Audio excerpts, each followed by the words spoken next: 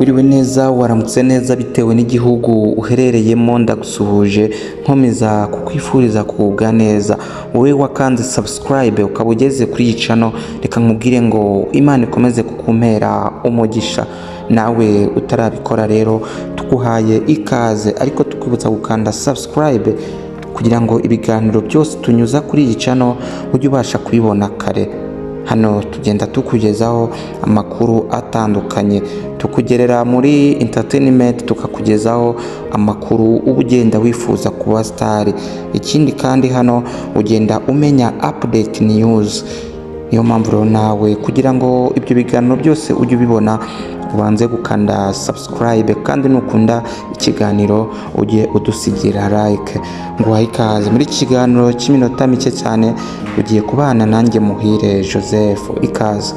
Uyu munsi rero tugiye kukubwira bamwe mu basitari bagiye bagira ibihe byiza muri iyi minsi, cyangwa se muri uku kwezi kwa gatatu cyangwa se ukwa kabiri. Ahangaha uraza kugenda wumvamo Bruce Melody, uraza kumvamo abanyabugeni batandukanye, uraza kumvamo The Ben, uraza kumvamo Clapton Kibonke n'abandi bagiye batandukanye.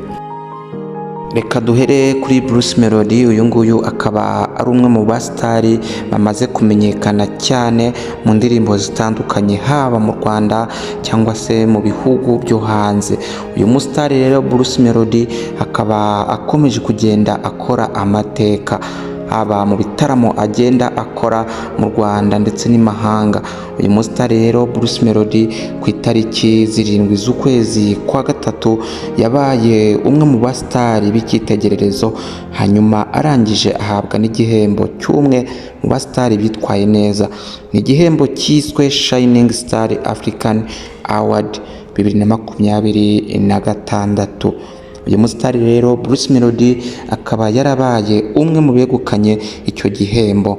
Ni igihembo kigenda gihesha agaciro abasitari bitewe n'uko nyine nabo baba baragiye bitwara neza muri entertainment.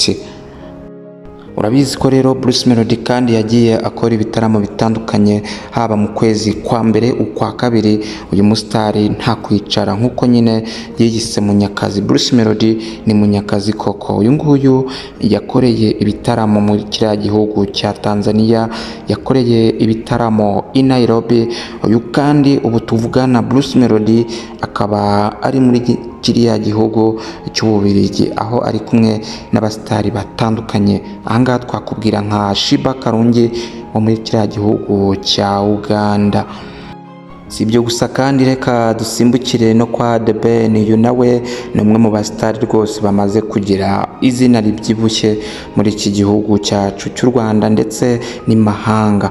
Uyu musitari rero Bruce Melody nawe akaba nawe yaragiye akora ibitaramo bitandukanye, haba muri Uganda ndetse na hano iwacu mu Rwanda. Uyu nawe yabaye umwe mu basitari bitwaye neza muri uyu mwaka, maze nawe ahabwa igikombe cyiswe Shining Star African Award 2026. Nk'uko rero nagiye mbikubwira, iki ngiki ni igihembo gihabwa umusitari cyangwa se umwe mu banyabugeni wagiye witwara neza.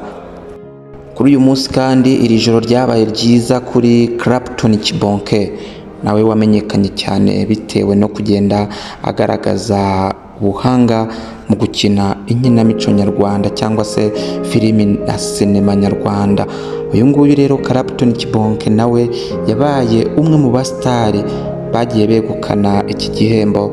Igihembo gihabwa umwe mu basitari bagiye bakora ibikorwa byiza kurusha abandi. Ikindi kandi usibye aba basitari twagiye tukubwira, iki gihembo rero cyagiye cyegukana n'abandi basitari bagiye batandukanye, abanyabugeni bagiye batandukanye hano mu Rwanda. Ahangaha harimo nk'uwitwa Masamba Intore, nawe umaze kugenda amenyekana muri uyu muziki wacu nanone harimo uwitwa Rocky Kimomo Kirabiranya, uyu nawe umaze kugenda yibasira imbuga nkoranyambaga akundwa n'abatari bake kubera agasobanuye agenda atugezaho. Harimo kandi uwitwa Zebra Queen nawe wagiye wegukana iki gihembo. Nk'uko nabikubwiye rero, iki ngiki ni igihembo kigenda cyegukana abasitari bitwaye neza. Ni igihembo cyiswe Shining Star African Award, igihembo nyine kigenda gihabwa abasitari bagiye bahiga abandi muri buri mwaka. Ngayo nguko rero,